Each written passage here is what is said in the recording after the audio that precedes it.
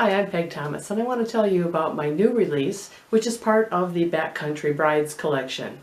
My story is titled Her Redcoat, and it takes place at Fort Michilimackinac, which is at present-day Mackinac City, Michigan.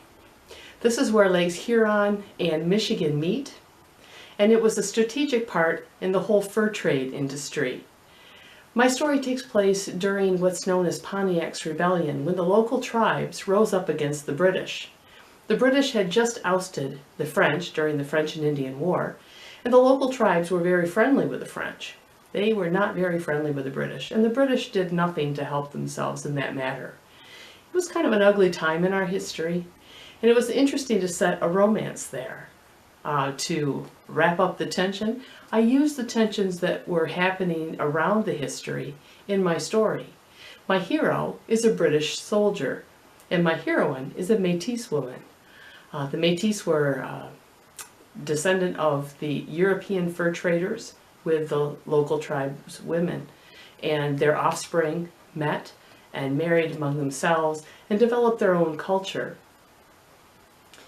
With that amount of tension going on in the story, it was a lot of fun to work with these characters because my hero was very prejudiced against the heathens, as he thought of them, and my heroine very prejudiced against the British.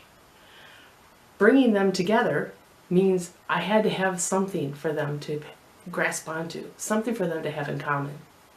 And what I chose was literacy, because my hero was very well educated, and my heroine owned a book she couldn't read, but she really wanted to.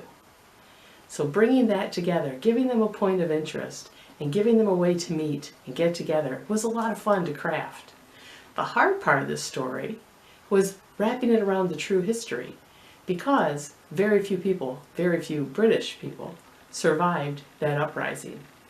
And how my hero survived it, well, you'll have to read the book to find out.